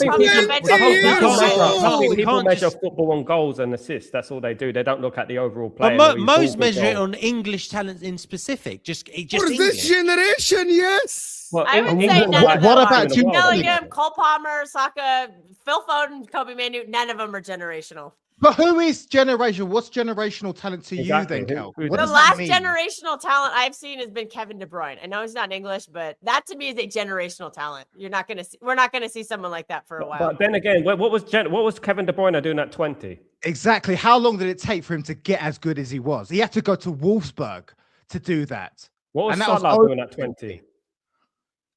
So Kobbie Mainoo's on that kind of a trajectory. He could be. No, I don't know. So he scored an FA Cup final goal against City. It is bold to say generational yeah, talent. So did Garnacho. We need to see more. Is he also going to? Is he a generational talent? No, he just scored a goal in a cup final. Who? Garnacho. I knew it, Staffy. I knew it. I knew it. The tap in against Man City. Yeah, that's a goal in a final, isn't it? Am I making this up? Did it happen? Man City made that goal for him, though, didn't they? That Garnacho goal. It's all because of down to Man City, sure. But Garnacho's never been. He could have been. His attitude probably was the biggest problem, in my opinion. But there we go. I think Mainoo has got the potential to be generational. Let's see what he does for the next. I was going to ask you, Sal. Are you saying he's a generational talent? I think in his first season he was a generational talent. Yeah, I think I don't think that people become a bad player overnight. I think the circumstances around Ruben Amorim has affected him somewhat, and I think people have got a little bit of short memory syndrome in regards to Mainoo. They don't know how good he actually was in his first season, getting into that England team, getting into the final against Spain, outplaying Rodri in the final of the FA Cup. You know, that guy's got talent, and give him this season, half a season. You're going to see it on Sunday. You know, I guarantee you're going to see on Sunday. Mainoo will be there, man. Mainoo will be there. No, you know what's going to happen on Sunday? I'm not disagreeing with you or agreeing with you. They get bent over in the next game, so that's what's going to happen to you. Sal, I'm not disagreeing or agreeing with you. But if you're the Sunday game is not going to change my mind. Give you credit. I think Kobbie Mainoo's a generational talent. I think he is. Cool. That's my opinion. But obviously time will tell, isn't it? Like you said, Jack Wilshere was a generational talent. He was. But injuries got the better of him, innit? A whole number of circumstances can get involved in generational talent. Injuries is one of them. You know, is he going to reach his potential? You know, so... Is it like the term world class? Are we throwing the term around generational talent through too much? But we haven't. We don't really use it, do we? There ain't many. We just said 4 players off the top of our heads are generational talent. Lamine Yamal is generational. You know, he's generational, Pedri? that type of player. I love Pedri. Palmer, Saka are generational talents. I mean, that means that there's a lot of people that are generational talents, and there's a lot of generational talent players there, aren't there? I'll say nobody on the English squad is generational. That's my look from an outsider. Jude Bellingham, no. Not Cole Palmer. Not generational. Phil Foden, no. So England have been the top 3, top 4 team in the world for the last. How long? 5 years, 6 years? Yeah, they have some very, very good players. That doesn't make them generational. So is Guehi or Kane players is like one that? of the top strikers in the world. Declan Rice is a very good midfielder. You know, they've got a lot of pieces, but that doesn't mean that any one of them is generational. I think you guys it's like the world class term. I think it's just something we're just not going to agree on. Like some people have very low standards for a world class, some people have high standards for that. I tend to be very high standard. Ronaldo, Eric Cantona, and that. So I've seen a lot of good Man United midfielders and attackers. You know what I mean? So I think he would be he is a generational. That's what I'm saying, Sal. From you, because we go way back. I've seen Paul. For you to say that is bold because I get it. We're of a certain age. We've seen a lot. So for you to say that he's a generational talent, but it's up to him, Neil. It's up to him, mate. It's up to him if he wants to fulfill his potential, and that's all I would say. Oh God. He's going to get a run of games. A grenade. Staffy, what triggered you? No, I wouldn't say triggered me. If Sal spoke like this 2 minutes ago, I wouldn't have asked for the link. It's just there was too much garbage going on my son's name, and I didn't like that. Like Kel was saying, if he was generational, he wouldn't sit on the bench for a whole year. Well, he sat on the bench for a manager who had a 30% win rate in the last 14 months. So we're not taking him seriously, are we? We can't just do that. Someone was asked, I forgot who asked, I think it was a Chelsea brother. Maybe I asked, like, what did he do when he was 20 or something like that? Well, when he was 19, he was playing Euro finals and he was winning man of the match playing against Rodri in FA Cup finals. And he was finishing in the top 3 in the Cup, right behind Lamine Yamal. And low-key should have finished second because I thought he had a better year than Arda Güler. But he was top 3 in the Copa. Sorry, not the Copa, the, what's it called? The Golden Boy. I feel like 1 year of, what's his name? Ruben Amorim. We're forgetting how good this guy was. The guy was amazing. You can argue if he's not generational. I feel like generation was a little bit of a, it's a bit extreme. I think it's more than world class. Because when you think about it, generational means once in a generation. And Mo just named like 4 players. How can someone be generational if there's like 4 of them? So they're not generational, are they? You know what I'm saying? Like it just Kobbie Mainoo is not. We can say that Kobbie Mainoo is a very good talent. Kobbie Mainoo is way more younger than these guys. Be a very good player and have an elite career. Something. I think Saka was never generational. You can argue Foden. No, I think he ended up having that type of career. We've all seen that. For me, I've supported Man United for about 15 years. I've been supporting Man United for 40 years. I would say he's got the potential to be a Mainoo. Mainoo's got the potential to be a generational talent, but it's up to him. He's got in his first season, I think he was. There was no midfielder in Europe. I mean, you can say about 3 probably, who were as good as Kobbie Mainoo that year. So what? Then I know I called him generational before when he was like 18 because I saw his skill set and I was like, this guy's playing beyond his years. His intelligence on the pitch is beyond his years. Me and Mo had to talk about him 3 years ago before Mo ever took the pitch. Remember Mo? And it was just me watching him all preseason here in the US. And I kept telling him, I was like, watch, this kid is going to come up this year when he comes back for injury. And you had no idea who he was. And I was like, you'll see. I was like, he'll be one of our better midfielders. 3 years later, now you're actually defending him. So I'm happy to see that 3 years it took you to in 3 years to see how good he is. Just the garbage that we talk about his name because of what Ruben Amorim did. Let's not pretend that this guy didn't make everyone significantly worse. Let's not pretend that no one looked good under him. Let's not pretend that this guy wasn't playing his best creator in the DM. He was playing a midfield pivot that didn't benefit anyone. No one at all. Why me and Safi are the only people to see this thing? Like I'm watching Kobbie Mainoo and I'm like, this kid is he would get in most teams in the world just based on talent. I don't think anyone on this panel is saying he's shit. You Kel said if he was that good, he wouldn't be on the bench. What are we doing here? Literally threw a dig at him by saying that. Literally, yeah, she said if he was that good, he wouldn't have been on the bench for a year. He wouldn't be on the bench if he's that good. Why was Foden on the bench then? I said he'd be on the bench for Real Madrid. Could that be an attitude? He went on the bench for Real Madrid. Listen, to be honest with you about Kobbie Mainoo, if you're going to go on the phone argument, okay, about Kobbie Mainoo, who was in front of Mainoo? You're telling me he can't bench a 30-year-old Casemiro? No one was ahead of Mainoo. We just had a stupid manager that was playing a midfield too. You're telling me Mainoo was so bad he couldn't get. Mainoo was so bad he couldn't play for a 15th place team. That's what you're telling me. So the team that's sitting 15th is so good that Mainoo can't get in it. Is that the logic we're going after? What are we doing here? I mean, those are the facts. He was on the bench for a 15th place team with a washed-up Casemiro and Ugarte. And do you think that? And do you think that actually shows his talent, or it actually showcases who he really is?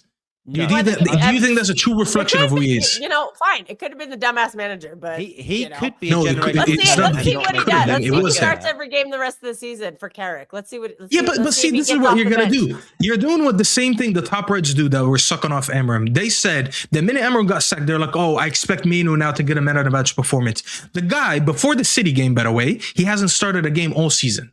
His first start of the season in the league was against you.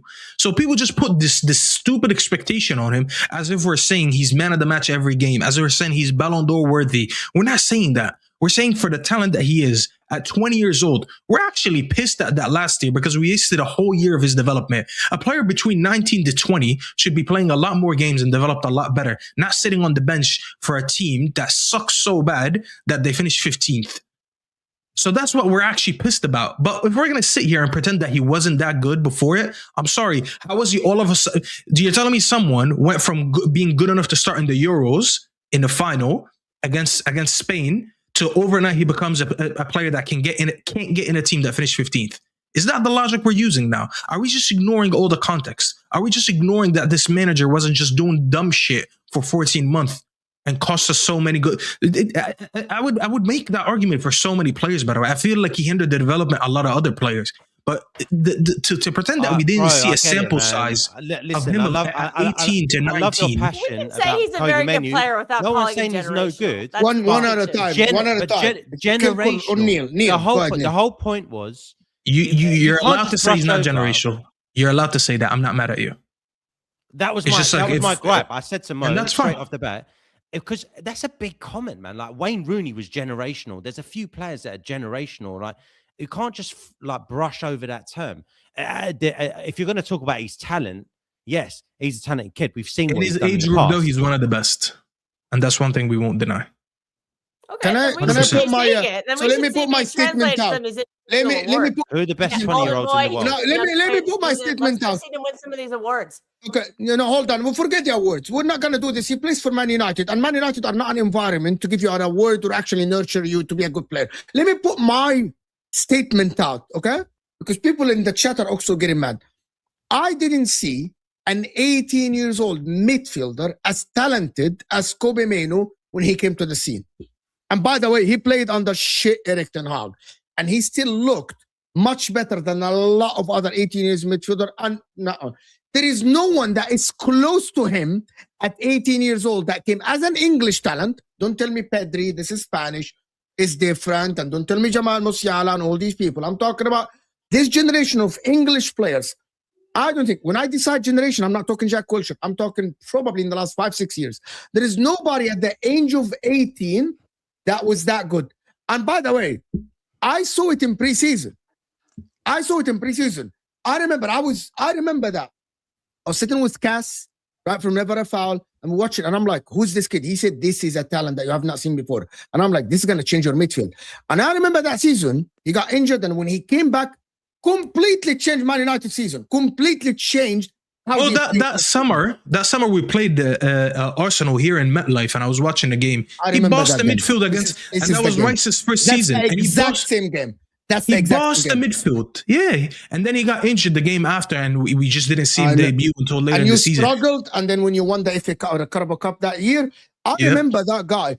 That kid is so talented. Guys, the problem with us as fans is the club that is called Manchester United. Like, Pogba was a generational talent. But by the way, he was a generational talent in Italian football. I watched wonders by him, by the way, at Juventus. Wonders, and I mean wonders. He went to Juventus. His talent was there, but the development, the technical ability went out because of the mentality, because of the environment. There's a lot of players that went to Man United, and they just went backwards. You watch players go to Arsenal and improve and improve and improve. You watch players go to Man City, they get better and better and better. Even Rodri, look at Rodri. When he joined Rodri, he wasn't Rodri of today. He wasn't Rodri of today, right? The problem is we watch Kobbie Mainoo. We watch Kobbie Mainoo at Man United and we judge him based on Man United, right? This club, if they don't get the right manager, I think it's going to go backwards. Have you created this framework? The framework you've created is we're talking the last 5-6 years, and it's only English players that we can talk about. Have you created this whole framework? This is me talking about a generational talent. Talk about Man United as in why they're the problem. right? As in, they are the Man United are. I know, Sal's yeah, a Man United fan. He can tell you. Of course, this. yeah, I know he'll say that. But it was this whole just a long-winded way of just saying, taking a jab at Man United. No, I didn't mean that. Because what you ruled out, you ruled out everyone, every other type of nationality in the world. You said English players last 4 or 5 years, I haven't seen more talent. It's like, okay, Mo, yeah, you got a case. I get it. Well, I don't know why. By the way, I see that, and I know people call me crazy. I do. I think this guy, if he goes to play, if he got the same treatment as Vitinha at PSG or João Neves at PSG under Luis Enrique, it would have been the same exact talent. I think that's maybe you can call me. I think he's as talented as these guys. That's my opinion. You got. Well, then he would show it on a bad team. He could still he could be a superstar on a bad team. You know what and then move to a better team. 10 years. You know what a toxic mess we are from top to bottom. Why are we protesting on the 1st of February? The amount of negativity that's surrounding Man United at the moment is unfounded. It's ridiculous. For him to come into that Man United team and to shine, you know, you have to be special. You know, who's come to Man United? Falcao, Schweinsteiger, Schneiderlin, all these great players that come to Man United. Lukaku came to Man United, flopped. Bruno. Pogba came to Man United, flopped. Every single player, even when Bremo hasn't played well in 5 games before the last game, he hasn't played well in 5-6 games. He was starting to drift off. Cunha got 20 goals last season, hasn't played well. You know, for Kobbie Mainoo to come in there and shine, I think it shows a lot about his character and who he is and his potential as a player. Let me do the super chats, and I just wanna let me do the super chats because we need to respond to them. Mainoo, Casemiro not fit enough to keep up with Rice and Zubamendi. Do everybody agree with this? Yes. I agree. I don't know. Casemiro not fit enough. 2026. So. They're not fit enough. They're not good enough. What he means, they're not like athletic enough to. I think Kobbie Mainoo is not going to be. Maybe he's not going to be able to. I mean, if you're going on a pure athletic basis, but sometimes technicality can outdo physicality at times. I don't know if they're necessarily at that level, though. Also, Casemiro could do something very dirty and probably get away with it. That's just he's crafted that over his career. I've seen plenty of it, so be aware of that.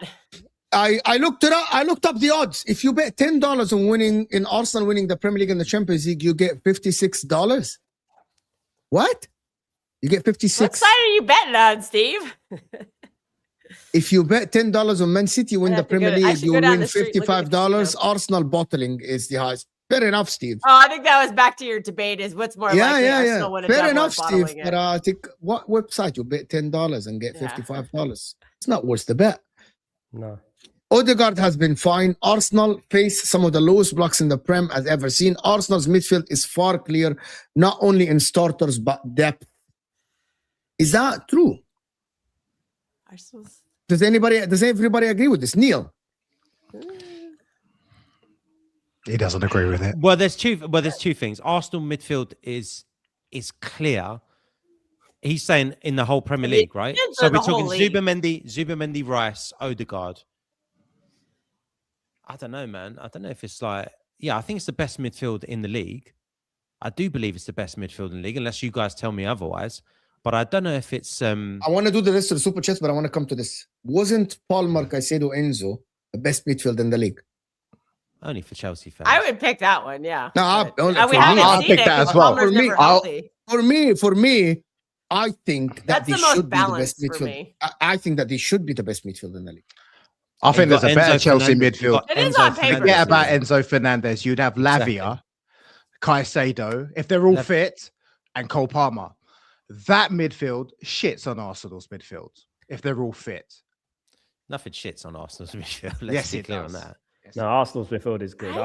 It is good. I'm not saying it's not good. It is good. I rate Lavia though, but he just can't stay fit, can he? Lavia, I agree though. My point is, if he was fit.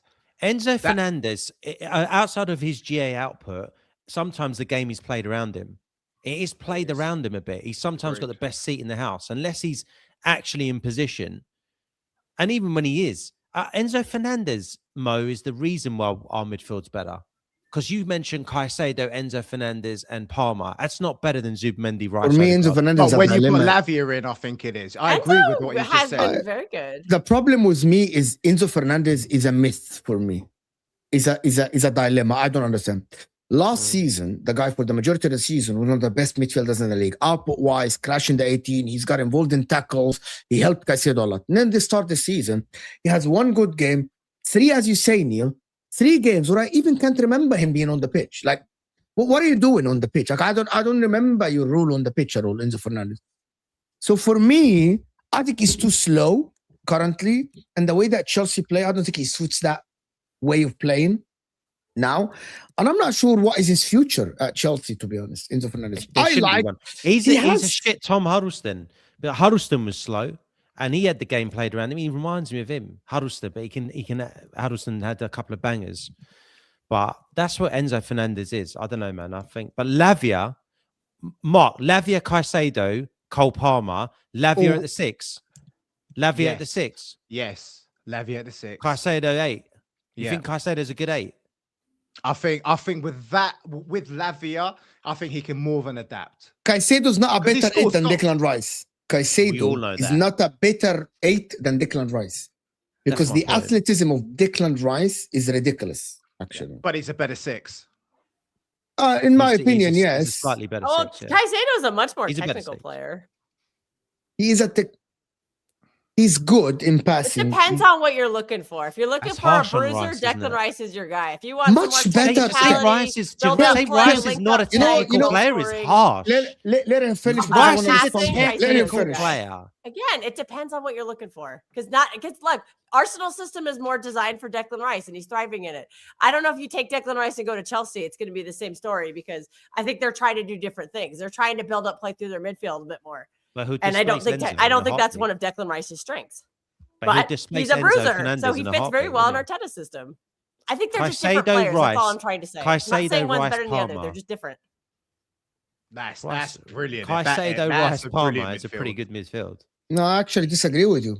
Currently, as it stands, midfield we are madly overlooking we're madly overlooking Aston Villa's midfield. I think Onana, Morgan Rogers, and Tielemans or Kamara, whichever one of them. I think that's very balanced midfield. Not saying it's one of the best, but I do think people are just dismissing it completely. And I'm going to tell you one of the things about Aston Villa. Aston Villa cannot be compared to these midfields because they don't play on the front foot all the time. That's the difference. I won't compare, like for example, Elliot Anderson. I can't compare Elliot Anderson to players that has to have 80 touches on the pitch, run forward, always dominate the position, and also go in transition. But there is one thing that we're forgetting. I know that Caicedo is fantastic and amazing, and I like Caicedo. But again, I'm going to say it. This season, Zubamendi currently, as it stands, has had a better season than Caicedo. Caicedo doesn't play in the big games. He doesn't play in the big games. Okay, in the beginning of the season, here is everything. We need to separate. In the beginning of the season, when Chelsea were 2 points behind Arsenal, you were doing wonders. You were winning against Barcelona. You were fantastic. You were great. And Caicedo was doing good. Since the red card at Arsenal, which is a big part of the season, it has completely dropped. He has been okay, not fantastic. We aren't talking about the talent here. Now, these players are past talent, by the way. Talent is when you have 50 games under your belt. These guys have over 100 games, 2-3 seasons in the Prem. Caicedo has been playing in the Prem for how many seasons? 4 seasons now, right? That's his 3rd season at Chelsea, if I'm not mistaken, plus the season he played at Brighton. So the talent thing is gone. You need to show consistency now. I need to watch you week in, week out when you're consistent. I'm not going to talk about your talent on paper. On paper goes for the 20 years old, for the 21 years olds. It doesn't go for the 24s. Like Enzo Fernandez on paper should be this, should be that. Are you performing on the pitch? Are you giving these performances on the pitch week in, week out? Zubamendi has been one of the most consistent DMs in the league. He might not be your 10 out of 10 players, right? But he's giving you an 8 out of 10 every game, and occasionally he will give you the 10 out of 10 games. Caicedo, since the Arsenal red card, has dropped stinkers, and he has had good games. That's not consistent enough. I think his talent, I think he's probably the one that has the most talented DMs out there, apart from Rodri, because of his tackling ability, because of his passing ability, right? The problem is he hasn't been consistent. And it's the same as Mainoo. I'm not going to say that Mainoo is the best player in the league right now. Why? You're not showing it. You have the talent? Yes. I think he has the talent. I think Caicedo has the talent. But we're not judging Caicedo 24 years old based on talent. We're not. We're judging you based on performances. Am I wrong to say this? You said on the show, but you told me before that you thought Caicedo had the skill set to become like the next Rodri type player. Yes, because of his combination of defense and his mentality. His technicality and his ability. He's not got the forward. mentality. He's not got the mentality. The mentality thing I don't know, Neil. So the mentality. He's also had like what, 6 or 7 managers since joining Chelsea. Like yes, I don't know about the mentality. That's not my job. That's not my job. But she's right. Caicedo. You said if Caicedo was under Pep Guardiola, he'd develop it. He would have been an next Rodri. I think he has the technical ability to be the next Rodri, and I think he might not be exactly as Rodri, but he has defensive attributes that will make him a magnificent DM. The problem is, again, it's a manager after a manager, non-experienced manager, one after the other. That doesn't help you. Rodri can handle the biggest of biggest stages. Now, we're talking about Caicedo, who's been in the Prem for 4 years. I've said this to Mark last year as well. Mark, I'm waiting for Caicedo to show up in the big games. Before this season, when he used to be head-to-head against Arsenal, Rice always used to take away the headlines. Caicedo, Rodri shows up in the biggest of biggest games. We've seen him show up in the biggest of biggest stages time and time again. Caicedo, time and time again, either isn't available or gets too excited. Okay, he got sent off against Arsenal. He didn't play against City because of yellow cards. He picked up yellow cards, right? He's not. That all leads to temperament, Mo. What's your biggest asset? Availability. Now, if he's not injured, but he's picking up needless, silly cards, which he does. He picks up silly yellow cards. The red card against Arsenal. The aggression is part of it. By the way, the aggression is part of coach it out of him. Like the aggression is kind of. You need to be. That's what one of the things that I don't like about Enzo Fernandez is his aggression, for example. And he's not. Enzo Fernandez is not smart about it. Caicedo's not smart. They aren't smart about it. The aggression part of their game. Exactly. Yeah. That's a mentals thing. I'll just make one point about Caicedo. Because we said he doesn't show up big games. I do think he showed up in the Club World Cup final. Let me respond to this. Mo, where did you find this artifact? That's Neil. He's terrible. He's not terrible. He's actually magnificent and fantastic. Hi, Rosie. The least annoying Arsenal fans I've ever I think he's terrible as well, Rosie. Rosie, great spot, Rosie. Rosie, you've got a fan in Mark. That's for sure. Even his co-host on their podcast is saying he's terrible. So Rosie. He is Chelsea, though. Come on. Trent is more generational than Saka or Palmer, without a shadow of a doubt. So Trent is not only everyone is generational. No. But to be honest with you, Trent is different. Trent is not only a generational talent. Trent was a revelation. Trent changed how people look at a right back. Literally, the way he played changed how we look at. I'll listen to that argument. I'll listen to it. Like literally, Trent was a revelation because you're right. You're not looking at the same way as right back before and after Trent. You're changing the way you look at right back because of Trent. So he's a revelation, in my opinion. The manager's win rate could also hurt your argument. Couldn't even get into a side with a 30% win rate. Fine talent, but not on par with Arsenal today. He's talking about Kobbie Mainoo. I believe that Kobbie Mainoo, if he's coached under Mikel Arteta now, he might get into the team.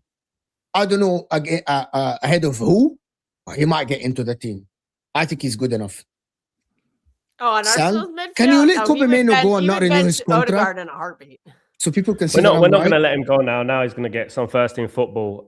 This 30% argument's ridiculous, to be honest with you. This 30% win rate and leaving Kobbie Mainoo out, that was through a whole number of factors, to be honest with you, off the field as well. So I think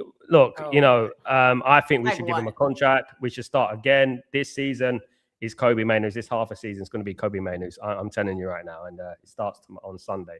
By the way, the people that say he's slow, Zubamendi's slow. Very slow as well. But it's IQ, it's reading of the game, it's coaching, right? That's what you get. That's how you cover the pace. It's about Rodri's very slow, but he reads the game. Yeah, it's about positioning. It's not about speed. Positioning. And are we judging Kobbie Mainoo positioning at the age of 20? That's crazy. Thank you, Aboud. Appreciate you, Habibi. You think Mainoo's talent could define his generation of footballers? His generation is cooked. If that is the case, I think, again, I genuinely believe that he's become the difference maker for England in the midfield if he's given the chance. If he's coached well. He's 20 years old, Aboud, and I think he will. They're going to pick Jordan Henderson. Oh, God, probably. That's what we don't want. Jordan, I disagree with you. 2026. Dauman, Waneri, Kelly, the same level of potential, in my opinion. No, they aren't. Then why is Nwaneri out on loan? No, they aren't. Nwaneri can't get either. No, they aren't. When he was on the bench, that would I think. Nwaneri is good. Lewis Kelly is good, but no. I don't think so. I would not say any of them are generational. I think Kobbie Mainoo. I think that's a term people are just throwing around way too casually. That's Max Dauman. We have seen him a couple of times. People just throw it around. I am not going to judge Max Dauman talent now because I've seen Adnan Januzaj school people, and then where is Adnan Januzaj now? So Adnan Januzaj was ridiculous. That he was similar, by the way, very similar player to Max Dauman, dribbling, winning free kicks, winning penalties, all of this stuff. But that's not what it takes. Pep Guardiola spoke about this. He said, skill only doesn't make you a top player. He literally spoke about this in his press conference. Mo, you know Alex Ferguson used to have a player called Ravel Morrison. He said it's the best player he's ever seen, a young English player. And he had bad attitude. And he didn't make it at Man United. He ended up going to Lazio and teams like that because of his attitude. It's not just about talent on the pitch, it's off the pitch as well. What defines a generation. So, Max Dauman is 15. Max Dauman is 15. 15 is too young, so I'm gonna wait to see what he is. You have to be careful with these teenagers too, because they can get injuries. Oh, someone you stream with used to be an academy prodigy, and injuries killed his career. I'll tell you off screen who it is. Gyökeres is world class. The manager makes him look bad. World class. Wow. No, guys, let me read the super chat. That is a sarcastic super chat. Gyökeres is world class. The manager makes him look bad, just like Mainoo with Amorim. Amorim didn't look bad, by the way. Sorry, Mainoo didn't look bad. Mainoo didn't play under Amorim. By the way, Wharton is the same age as him and plays the same position. Yeah, and I think Kobbie Mainoo is more talented than Wharton. And I'm not going to judge Wharton. He's a fantastic and a magnificent player until he goes to a top club where the pressure is massive. So if Gyökeres is world class, then Jizz Hornkamp. He's joking. He's kidding. Just saying. Just had to throw that out there. He is kidding. Shut up. By the way, for the people that say Adam Wharton, I have seen this movie. I like Adam Wharton. He has a certain skill set that looks amazing. But I have seen this movie plenty of times. When players are amazing in teams that are not top, they go to top clubs and they don't produce the same. I've seen this movie. We all have seen it in our clubs. We all have seen this. Ramadan Mubarak, people. Big up, my man. Ramadan Mubarak to you, Aboud. Baby, thank you so much. Not yet. In a month. In less than a month. Ooh. Big up, Aboud. Hot Arsenal take. Zubamendi needs to replace Odegaard. Don't know about that. I don't know. I'm gonna let Neil answer this. I'm gonna let Neil answer. I have a question. How? At a 10. Based on? Yeah, I don't understand based on what. Neither one of them are 10, so I don't get that. Well, Odegaard is a 10. Well, if he's not Odegaard's a 10, what is he? An 8. I don't. He's been playing as a 10 for the past couple of years. He's not a creator, so he's not a 10 for me. He is a creator. I don't know how to. Yeah, I don't. Odegaard for me. I'm trying to understand the take, but I don't get it. It's kind of that super chat. My man is kind of. What's Odegaard doing? Zubamendi is already doing, Neil. That's what he said. Say that again. What's Odegaard doing that Zubamendi isn't doing? He's playing further forward for a start. Zubamendi's role and Odegaard's role are two different things. Now, if we're going to argue, can Zubamendi do Odegaard's role? Maybe, maybe not. He's not the quickest player in the world. He has got good vision. He has made a couple of bursts into the box. He has scored a couple of goals. But what are we basing this on? What are we basing this on? We're just basically saying Odegaard's been shit up top, is what not up top. He's been shit in his position. That's the take. So therefore, Zubamendi can do a better job than Odegaard. But I'm not disputing that Odegaard hasn't been great, although I think he has shown that he's getting back to some sort of form. Where's it come from? Oh. I don't think that. But so you even think if he did, be a better let's say even if he does, who plays in the it's six? a very different position. If Zubimendi plays as a 10, who's going to be as a 6? If Rice sits in and gives Odegaard's cover, 10, and Zubimendi makes the run into the box like he has a couple of times, wasn't it Odegaard that found Zubimendi in the first place for Zubimendi to score his goal? His last goal was scored. It was Odegaard who found him, right? Guys, AMT, why do you have to do me like that, bro? Why do you have to do me like this? Somo wore Spurs jersey, the most funny thing in content creation. Plus, he said, what's the use of Spurs? Bro, you don't have to do me like this, bro. AMT, I wore Spurs shirt yesterday on the show with Hussam. Yeah, big up, my man. Big up. Colto said, Nwaneri is on loan because Arsenal aren't a mid-table club. Arsenal top of the Prem and the Champions League with amazing depth, not because he's not a top talent. And I never said he's not a top talent. He's a great talent in Nwaneri. He's very, very good talent, right? But he could have been ahead of Madueke on that right side. Or maybe he could have been the sub for Odegaard. He's preference, though. The thing is, Odegaard missed a ton of time. I don't remember him playing. You've got to be up and down on the flanks at Arsenal. But and Nwaneri's favoured position is he's more in the middle than coming on the right. Well, so then buying Eze was kind of blocking him then. So the club didn't feel like he was good enough because they went and bought Eze. I actually believe that that Nwaneri should be the backup for Saka because I believe his age doesn't allow him to play in the center of the pitch. Ahead of Madueke, yeah, I don't know. Mark says that as well. I agree with that. Yeah, I explain it in a football way. As a young talent, it's better for you to develop as a winger because the line protects you. You don't have to scan 360 the whole time. As in the center of the pitch, your scanning is always 360 around you, and you need experience for that. And that's why I think he struggled in the center of the pitch, especially at the top level when you play Premier League football. It is very hard to scan 360 at a young age. You need a lot of experience for this. That's why Odegaard does it. That's why the top players do that. So for me, from an attacking at the line, that wouldn't be a problem. At the line, he's protected. For the defensive side, that's on the coach to find the solutions for this. That's why he's not playing on the right. And in the center of the pitch, you'll have to defend even more on the line. That's why he's not playing in the center. Yeah. He can't so get Kobbie Mainoo can scan 360 at the age of 18. Wow. At Man United. When they were third. When they were third. Does Nwaneri start for Man United? Not ahead of Bruno Fernandes. Does he start if you're saying Mainoo, who hasn't started, previous manager or whatever else. By the way, Mainoo hasn't started when they played. Mainoo hasn't started when they played midfield 2. You guys need to understand. They have to have a destroyer and they have to have an attacking mid. And it was Bruno Fernandes and whoever is a destroyer. Bruno Fernandes and Kobbie Mainoo, that might not work. Right? Kobbie Mainoo and Casemiro only, that doesn't work because there's no offensive presence from the midfield. Because Kobbie Mainoo, for example, for me, Caicedo, Kobbie Mainoo, Palmer would work.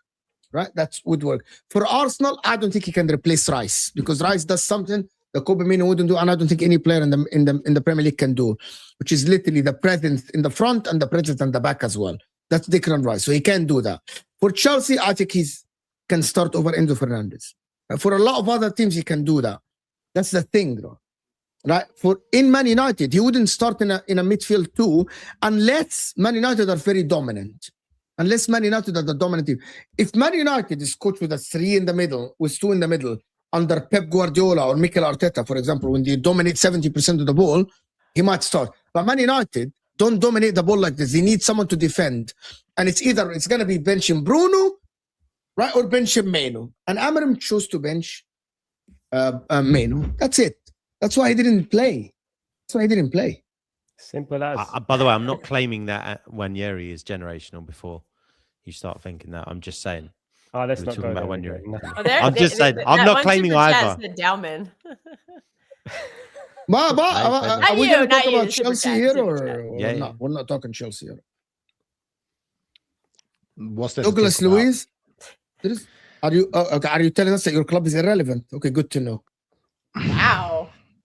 Why you gotta be like that, Mo? Come on. You are the one who said it, not me. You are the one who said it, not me. World champion Chelsea are irrelevant? Before we go, before we go, guys, can we get to 300 likes? Guys, we are 180 likes. We still have 600 people in the house. Can we get the light up a little bit? Hamid, Mo, do you wear other clubs' kit to not get cooked? No, I wear Inter all the time. I'm just advertising for the Hamid. I don't know. You're in America. Have you bought your kits from OK Jersey? This 15%. It is 15%. Better than the DHgate jerseys, shirts. Better, yes. Higher Yeah, but quality. why, Mo, would you wear a Spurs jersey? Why It was do that? It was yesterday because I have City, I have Chelsea, I have Arsenal, I have Man United, and people said that why don't you have shame? And why don't you have Spurs? I actually have 3 sets of the player version Spurs that was bought for the team I played with, because the guy that owned the team was a Spurs fan and he went to England and got 3 sets in 15-16. So I have them here at the house, basically. Doesn't mean you need to wear them, Mo. Come on. I don't wear them at all. Show some little bit of respect for yourself. I don't wear them. This is the first time I've seen Mo in red for a while, isn't it? Mo, I thought you don't wear red. Yeah, but that's Liverpool. Oh. And also Liverpool have Mohamed Salah, so for me, it's, I want to see you in an Arsenal shirt next week, Mo. Tottenham I have tons. Yeah, of whip it stuff. on next week, innit? Go on. I have the Arsenal shirt. That's not bad. Tottenham have got Mido, innit? And also, why are people allowed to wear, like, I see Liverpool fans wearing Juventus, Inter, AC. I see Chelsea fans wearing Boca Juniors, Real Madrid, AC Milan, and I'm not allowed to wear. I don't support the Premier League, Premier League club. So I'm fine. Firstly, who's saying that that's acceptable to do? I think it's all right. Well, clearly, you think it's all right. You wear every single shirt under the sun. So... Yeah, I think it's because am I going to wear an Inter shirt? I have like... He's not going to wear an AC Milan shirt or a Napoli shirt. I actually He's only have going to wear an Inter shirt. I have 50 Inter shirts, right? 50 or more. 50 jerseys. Yeah, I change in them and everything, but every now and then I have to advertise for my sponsor. Right? Did you buy all of them through OK Jersey? I don't buy. I get sent the shirts. Ooh. Yes. Well, look at you. You should start sending me some of these City shirts you get sent, Save me a little dough. The Napoli shirt's the best shirt. I don't have Napoli shirt. You know, who's got a great shirt is Lazio. I love that. Lazio. This is the City shirt I received, actually. That's a great one. I like the City shirt. If you don't want it, send it to me. When did Man City? That was the the bought to Milan windbreakers yesterday by code MHF15. It was League 2. It was League 2, Sal. The windbreakers are absolutely fantastic. Actually, the windbreakers. Some got Liverpool. I got Inter. Kelk doesn't know what we're talking about. No, not a guys. What are we talking about? Sorry, couldn't make it. More back next week. Dad in hospital. I know, Martin. I know. You told me. Oh. Yeah, his dad in the hospital. Big up, Martin. Big up, man. You're doing well. Sorry, yeah, hope your dad is doing well, bro. Hope your dad is doing well. Chelsea. I haven't yet, Martin. Chelsea. The world champions. That's their only song. That's their only song as well. The world champions. I'm going to tell you something. The song in the stadium. I think it's one of the worst music before games, bro. It's so bad. It sucks. So bad. Sorry, Mark, but it sucks. No, I agree. No, but anyway, Chelsea. Okay, you ruled out turning it around against Arsenal. You play Crystal Palace this weekend, right? What are we saying about the Crystal Palace game? Win. Chelsea win. It's away. It's away. Time to play Palace. Yeah, but when's the last time Crystal Palace actually won a game? It was like 10 games ago. So look at the stats. I get it. Chelsea are not playing the best against Paphos. So that was such an underwhelming performance. But this is Crystal Palace. I'm sure that I'll be surprised if we didn't get the win. Palace are in disarray mode. I know.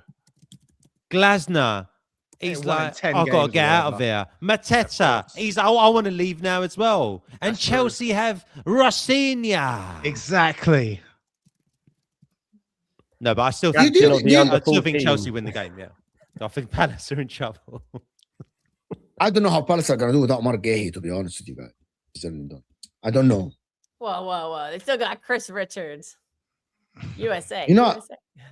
We have so few players to cheer for. But what about Douglas Luiz for real? Douglas Luiz, is that what Chelsea need now, Douglas Luiz? I actually think so. You said it yourself, like he hasn't played that many games. I think the one thing, Esugo's injured, Lavia's injured, and that's why they're looking to bring someone in. The problem is, and at the same time, Enzo Fernandez, Caicedo, they're run down to the ground. They need to be rotated just a little bit. Is he the best signing? Probably not. But the great thing is we're not purchasing him. It's just a loan. And it's great to have that additional asset within the squad because, yeah, the players are just tired. You can't just keep playing the same players over and over again in midfield. I get it that Chelsea are so dependent on them, which is fair. But yeah, it doesn't track back though. I mean, they say that Liam Rosinha plays the same style as Enzo Maresca. They like their players to track back and work together as a unit. Douglas Luiz, he doesn't have that sort of reputation. So it's an okay signing. I think it's needed, but you know, it's not permanent, and I'm not super excited. It's not going to be there next season. Well, I think that. I'm not sure if you're going to be able to get top 5. Do we think that Man United or Chelsea are ahead in the top 5 race? Man U. United. Man U. 16 finals for Man United. Let's see. Really? Yeah, we got 16 finals. Let's see what happens. I think we were going to say this at the start of the season. Wallah, I think I never, like, the problem is people say it's so casual, Neil, that I thought that, were we crazy? What we saw in the beginning of the season? Chelsea title race. They're going to finish ahead of Liverpool. They're going to finish ahead of this. They're going to do this. Were we crazy? Then we were for 1 week. Like, what is this? That is just like last season. No, Chelsea were in the title race for 1 week. I actually think that Man United will finish ahead of Chelsea, actually. But I'm not. But to be honest with you, I wouldn't put money on it. I think it's close. But there is one thing that we don't know. We have no idea. By the way, currently as it stands, Rosinha, he played 3 games for Chelsea, 2 games. Against Arsenal, played all right. Was it Rosinha or was it the other guy? I think it was Rosinha. It was Rosinha because he was celebrating. It was all right. Win, yeah, that's right. Against, who did you play against? Against Brentford, I think his tactics were not on point, but they won the game, so fair and square. I think they got battered, actually, in my opinion. I think they got battered against Arsenal, by the way. They picked up a couple of goals. It could have been, yeah. Against Arsenal, his tactics were not great, but they got a couple of chances and they scored. I actually watched the Paphos game because it was only Liverpool and Marseille and Paphos. I didn't like what I saw. Yeah, I know. I didn't. It was boring. It was pass. Paphos got behind him a couple of times. He just didn't have the legs, didn't have the talent to trouble Chelsea. But Paphos, literally, a couple of passes and they bypassed Chelsea's press. From what I'm seeing from him now. Oh, sounds familiar. I don't exactly, Kelk, I believe it or not. But Chelsea were pressing with 7 players and Paphos, a couple of passes and behind the Chelsea press. Wow. I don't know. He's very unknown. He's very unknown to me, guys. I don't know. Is he gonna be good or? I thought a different structure. He's unknown to everyone, isn't he? Yeah, I think what's going to be interesting. I think more than a week to like adapt to his team. Like he's been here a week. Like let's give him some time. You go. What I think is what's going to be really interesting is in the summer because I don't think that Chelsea are going to finish in the Champions League. I think that's a huge possibility, and if that happens, a lot of the Chelsea players are not going to get paid their bonuses because obviously they get a basic salary and they get a performance base, and it's also they have to qualify and get into the Champions League. I think that I want to see how the Blueco and Clear Lake how they handle that because now you've got Levi Colwell. Enzo, exactly. Enzo Fernandez, Caicedo, they're all looking for improved contracts. How are Clearlake and Blueco going to give them contracts when they've got a strict wage structure? All of these players are getting better. They're getting more credibility, and they're about to get offers from teams that can offer them Champions League football and also double, almost triple their wage. I'm really interested to see how Blueco are going to handle that because it looks like the beginning of the end for Chelsea. You're finishing bottom half next season.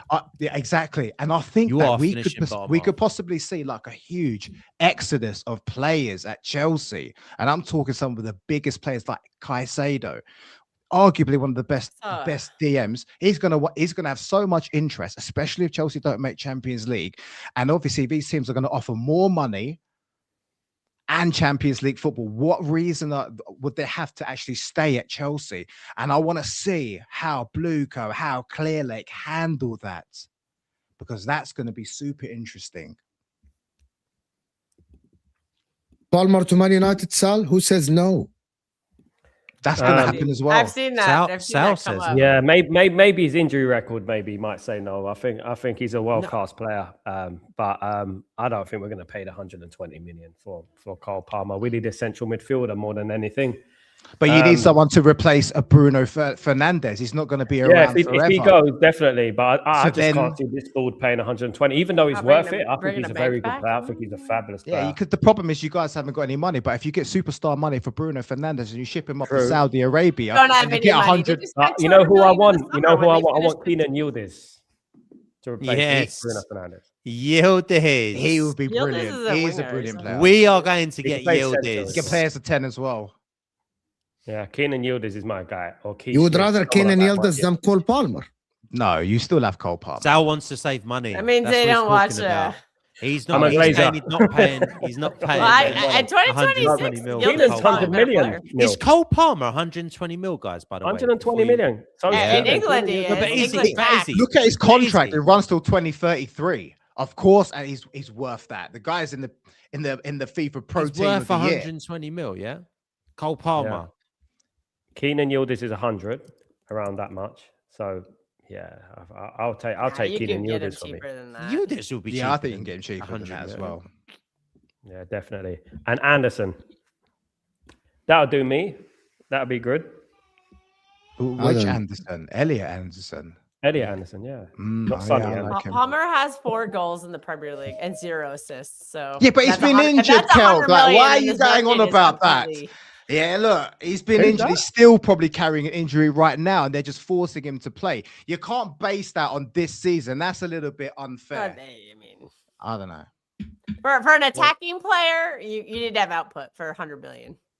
That's why the Jack Grealish thing never made sense to me. What about Saka? He doesn't get his assists and goals ain't as potent as they should be. But what do you mean, Sal? Last 12 games, 0 goals, 0 assists, mate. You on about Sal? Like I said, before his injury, he used to rack up GNA. But he's effective in different ways. That's the thing. Yeah, I wouldn't be surprised if he's the only player I don't like playing against. Hey? Saka's the one player that I don't like playing against. I don't like United playing against Saka. Yeah, he just cuts in, he gets that. Something about him, he's just United dangerous. This weekend could be the game where Saka ends his mini drought. I wouldn't be surprised. Oh, don't say that. But he is on a bit of a bad run. Yeah. But he's still a £100 million player, that's for sure. Kudos to you for admitting it. What? He's on a bad run? Yeah. I've not heard one Arsenal fan ever point that out. So I appreciate your honesty. I'm not saying he's shit, by the way. I'm just saying he's on a bad run. Saying he's on a drought is not saying he's shit. It's just you're acknowledging he's been poor lately, and thank you. You're welcome. Yeah. Listen, people. I want to thank everyone that joined us. Sal's channel in the description. Straight for post, of course. The Frenemies podcast. We need to help the guys. Get to how many subs are you guys on? Almost 600. We need to get them to 1,000. Kelk is through City Fan TV with Patrick and the rest of them. We're gonna see you guys tomorrow probably. This was a great show, fantastic show. We didn't get to 300 likes because you guys are frauds you guys are absolute frauds in the chat. You guys didn't even like the damn video enough. We didn't even reach 50% of the people that are here to hit that like button. We can get to 300 likes. Appreciate everyone that's supporting the channel. This will take you to Osama's show, Liverpool, another stream where they're gonna discuss Robertson and the rest and what they can do this season with a big panel, of course, on the Osama's show. Hit that like button before you guys go. Let me make sure that I actually redirected. I did. I will see you guys then, and we're out of here, people.